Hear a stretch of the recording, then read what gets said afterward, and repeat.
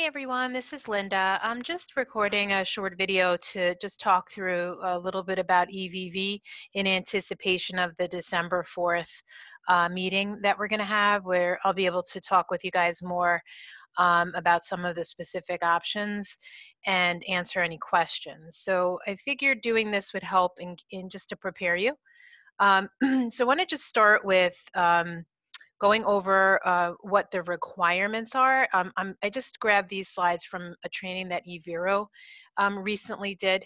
So just as a reminder, there was a Cures Act, 21st Century Cures Act, that was passed on the federal level that requires electronic visit verification for the states to be in compliance. The states did have an extension, but that extension has passed, and January 1st is the date that EVV needs to be in place in New York.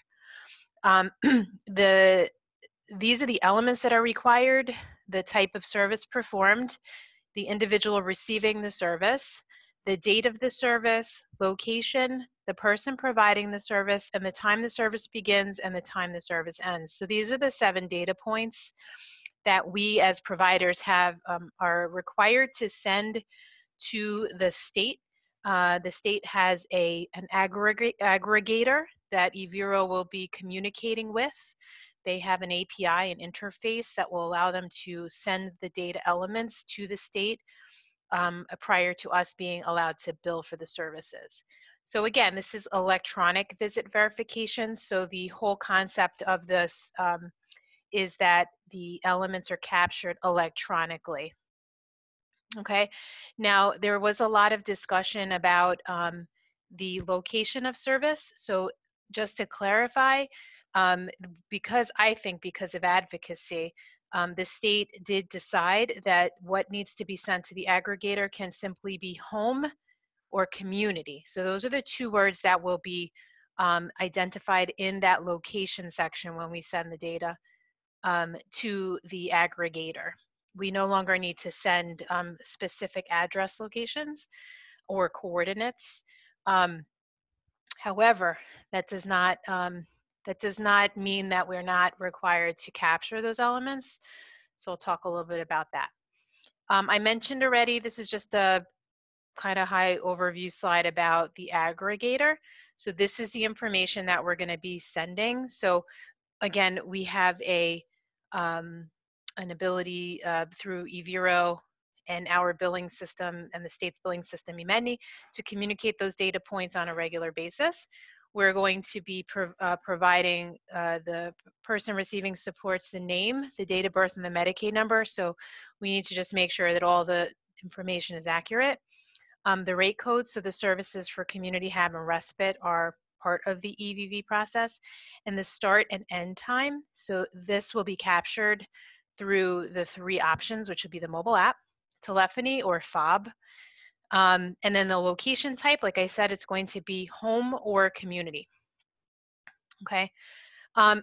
Now, the question has been, and eVero asked this to the New York Medicaid EVV program support, to the Department of Health email box they've been responding to EVV questions about our home and community. Since that's all that's being requested, are we still going to need that, GPS or precise location data needed? So what the response was that although the Department of Health is not requiring that data at this time, CMS guidance requires an auditable confirmation of the submitted data, including visit location. So let's say that a staff person reports to work and uses the app to punch in and allows the location to grab that where they're punching in from. The system is going to record that strictly and only the location where they're punching in from, not the entire duration of the session, just where they're punching in and out from. That location, the GPS location, will be stored in the system. We will not be sending it to the Department of Health. It will be recorded as either home or community. If we get audited, that specific information will need to be available to the auditors to ensure that we did in fact electronically capture the location. Okay, so I hope that makes sense to you guys. Okay, and then there was another Question asked similarly, will actual electronic location be required anytime in the future? And the answer is yes, an auditable confirmation is requested. And can we offer the ability to backfill? So this is phrased in a little bit of a different way. As per CMS guidance, providers need to submit auditable confirmation of the 6 data elements required by the Cures Act. Okay, so we're not allowed to, okay, so this was phrased in a slightly different way. So, you know, for those staff that are currently using the web portal to enter the sessions after the fact, what they're saying is that we need to submit auditable confirmation of the 6 data elements to meet the Cures Act. So manual backfilling will not meet this requirement. So the electronic visit verification means that staff are entering the data electronically in real time, that they cannot go in to the web portal and record this after the fact. Okay, and then the question again was asked slightly differently. So for those individuals who have a faith-based requirement where no technology can be used, what will we do then? So the response was all EVV services are required to have all the data through a compliant manner, so telephony, fob, or mobile device, in order to be considered a verified visit. So if it was not electronically captured, then we as the FI may manually enter the information. So again, that means that the staff cannot enter it, but we would have to be sent the information to enter. And it can only be used when absolutely necessary. In a training that I participated in, the Department of Health used the amount of 5%, only 5% should be manual, MVV or manual visit verified.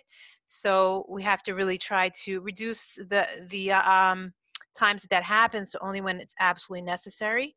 And we need to retain and maintain documentation of the reason. So again, they reference the OMIG or Department of Health audit and monitoring the use of the manual processes. Okay.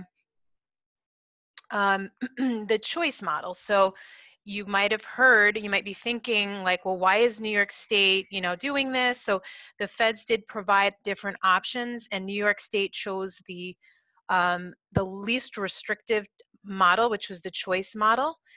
So it would be minimally burdensome, and in response to concerns from stakeholders regarding privacy during the initial implementation. That's a lot of advocacy from parents you know, that we're supporting.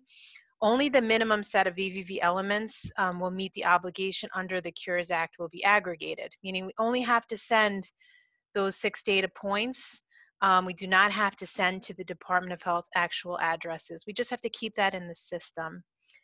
And it does allow us to use a few different choices. We could use a telephony, which would be the landline number, a fob, which is a device that generates a number, or the mobile app.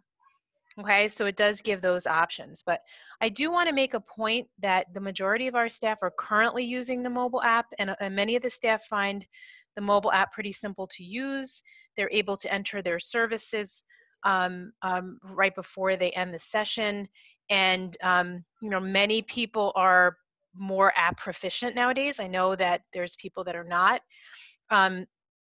The phone option, I did just take a training on the phone option, and it seems to be pretty straightforward as well, but the staff will have to have a bunch of information in front of them in order to use the phone. So, you know, we can discuss those at the meeting. I'll give you more information on that. The fob device, I will be gathering more information on how to use the fob device, which would be you know, really only an option if the service starts and stops at the home, because that device gets affixed into the person's home. Okay. Again, when using GPS, is it required to be on during the full duration? And the Cures Act requires the begin and end time, and that's what New York State is doing. So, you know, I just want to make sure that you know, we're clear on that. So in EVRO, the roster will identify the sessions that are EVV using this green icon, or MVV if it was entered manually.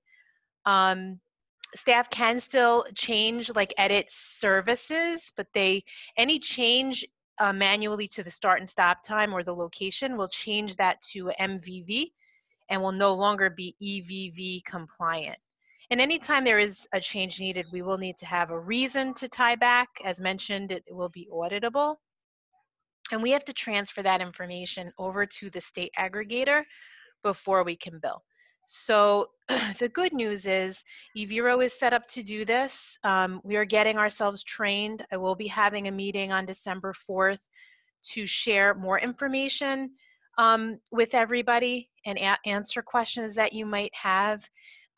We will then be the following week setting aside time to train staff on how they need to be documenting the service to meet the EVV standard. We will also, between now and then rather, we will be contacting staff who are using only the portal and to try to see what the issues are and if any of these other options might make more sense. Telephony has an option for Spanish language, so if you have a staff who might only just be doing respite and they speak Spanish, the telephony option might be a good solution. So we can talk to you more about those different options. Okay, so more to come on December 4th. Please sign up for the training, and thanks for watching.